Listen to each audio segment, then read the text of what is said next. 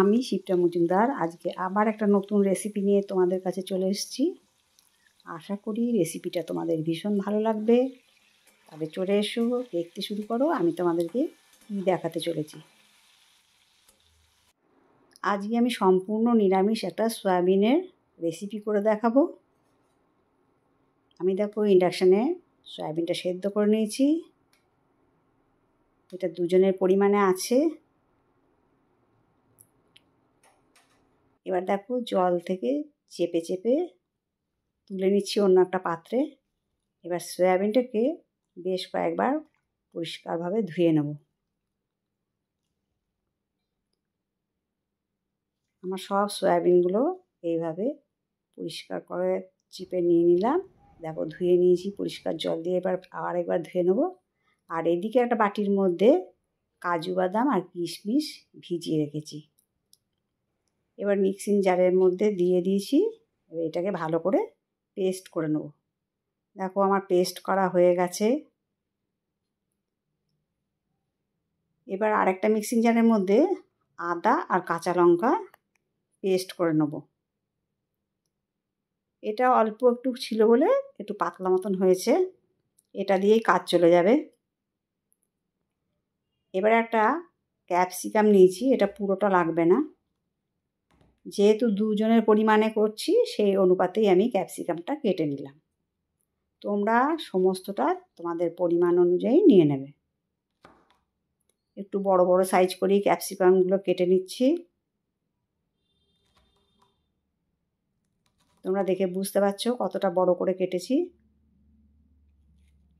মাঝখানে শীত ভাবটা কেটে ফেলে দেবো।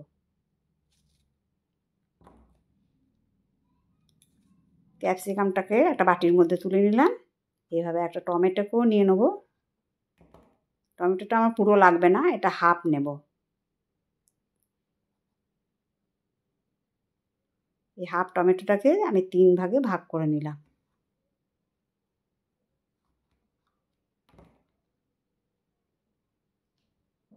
ক্যাপসিকাম টমেটো কাটা হয়ে গেছে। এবার দেখো কড়াইয়ের মধ্যে সর্ষের তেল চাপিয়ে দিয়েছি। এই রান্নাটা সর্ষের তেল দিয়েই করব। ক্যাপসিকাম আর টমেটোটা হালকা ফ্রাই করে নেব। খুব বেশি ভাজার দরকার নেই, হালকা ফ্রাই করে নিলেই হবে।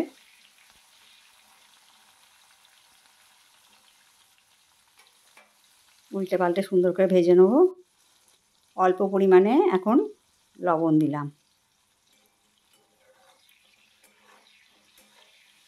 লবণটা দেওয়াতে তাড়াতাড়ি ভাজাটা হয়ে যাবে।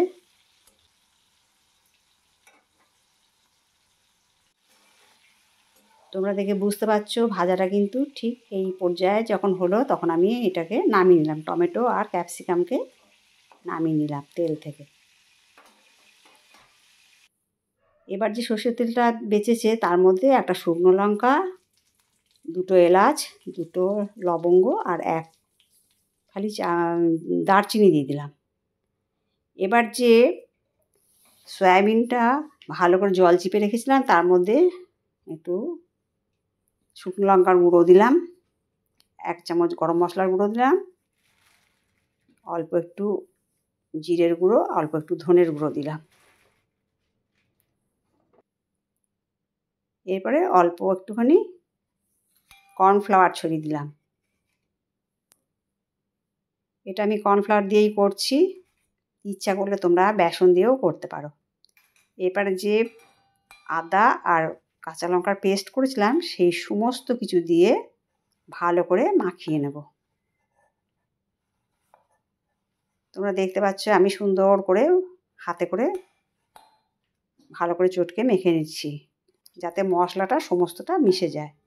এবারে ওই তেলটা যে বেঁচেছিল, মশলা যে ফোড়ন দিয়েছি সেই তেলটার মধ্যে আমি সমস্ত সয়াবিনগুলো দিয়ে দিলাম। এবার সয়াবিনগুলোকে খুব ভালো করে নাড়াচাড়া করে নিতে হবে যেন পুড়ে যায় না, এইটা লক্ষ্য রাখতে হবে সবসময়ের জন্য।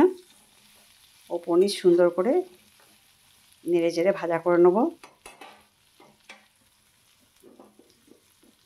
তোমরা দেখে বুঝতে পারছো কালারটা বেশ চেঞ্জ হয়ে গেছে। আবার খুব বেশি ফ্রাই করলে চলবে না, বেশি ফ্রাই করতে গেলে কিন্তু সয়াবিন শক্ত হয়ে যাবে। এরকম পর্যায়ে যখন হলো, এবারেতে আমি সয়াবিনগুলোকে ধীরে ধীরে নাড়াচাড়া করে আর একটুখানি হালকাভাবে ভেজে নেব। দিয়ে এর মধ্যে আমি দিয়ে দিলাম কাঁচা লঙ্কা আর আদা বাটাটা, যেটা এক্সট্রা বেঁচে ছিল সেটা দিয়ে দিলাম। এবার এটাকে ভালো করে ওপর নিচ কাঁচা গন্ধ যাওয়া পর্যন্ত আমাকে ভেজে নিতে হবে।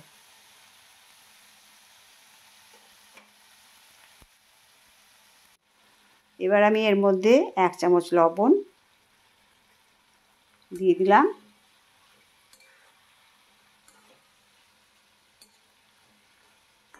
ওপর নিচ সুন্দর করে নাড়াচাড়া করে নিলাম। এর মধ্যে কিন্তু আমি হলুদ অ্যাড করব না। এবার যে কাজু বাদাম আর কিশমিশটা বেটে রেখেছিলাম সেটা দিয়ে দিলাম।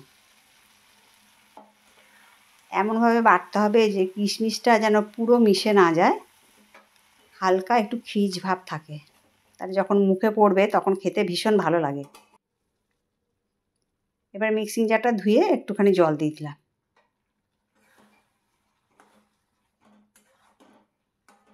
এইভাবে তোমরা একদিন রান্না করে খেও, তোমাদের ভীষণ ভালো লাগবে। ভীষণ সুন্দর টেস্ট, ভীষণ সুন্দর গন্ধ।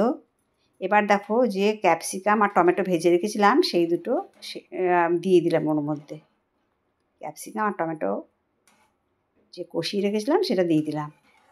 এই ক্যাপসিকাম আর টমেটোর জন্য এটা একটা সুন্দর গন্ধ হবে আর টেস্টটা ভীষণ বেড়ে যায়। যেহেতু এখানে কাজু বাদাম অ্যাড করেছি, কিশমিশ অ্যাড করেছি।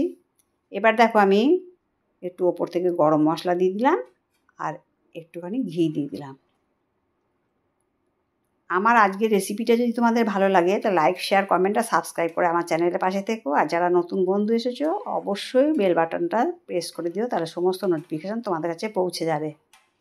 দেখো রান্নাটা কত সুন্দর দেখতে লাগছে। এবার আমি ওপর থেকে কাসুরি মেথি একটুখানি ক্রাশ করে দিয়ে দিলাম।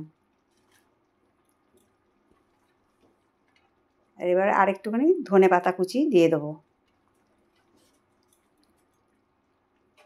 নিরামিষের দিনে এইভাবে যদি সয়াবিনের রেসিপি রান্না করা যায়, এটা ভাত, পোলাও, ফ্রাইড রাইস, পরোটা, লুচি সমস্ত কিছুর সাথে ভীষণ জমে যায়।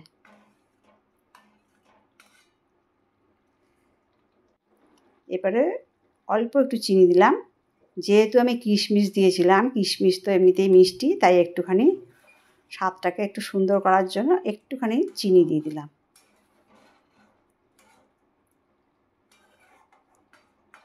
তাহলে সয়াবিনের নিরামিষ রেসিপি কত সুন্দর হয়ে গেল দেখো, চটজলদি। আমরা নিরামিষের দিনে ভাবনা চিন্তা করতে থাকি আজকে কি রান্না করব। এইভাবে নিরামিষের একটা রেসিপি রান্না করে নেওয়া যায়। রান্নাটা আমার কমপ্লিট হয়ে গেছে। এবার আমি একটা ডিশের মধ্যে ঢেলে নিচ্ছি। এইভাবে নিরামিষ সয়াবিন বানালে মাছ মাংস ছেড়ে সবাই এটা দিয়েই খেতে চাইবে। তাই তোমরা এইভাবে রান্না করে নিও। দেখো সম্পূর্ণটা আমার ঢালা হয়ে গেল। কত সুন্দর দেখতে লাগছে এই নিরামিষ সয়াবিনের রেসিপিটা। তাহলে আজকে এই পর্যন্ত রাখলাম। পরবর্তী এপিসোডে আবার তোমাদের অন্য কোনো রান্নার রেসিপি নিয়ে তোমাদের সাথে দেখা করবো আবার। তাহলে আজ এই পর্যন্ত, কেমন? টাটা।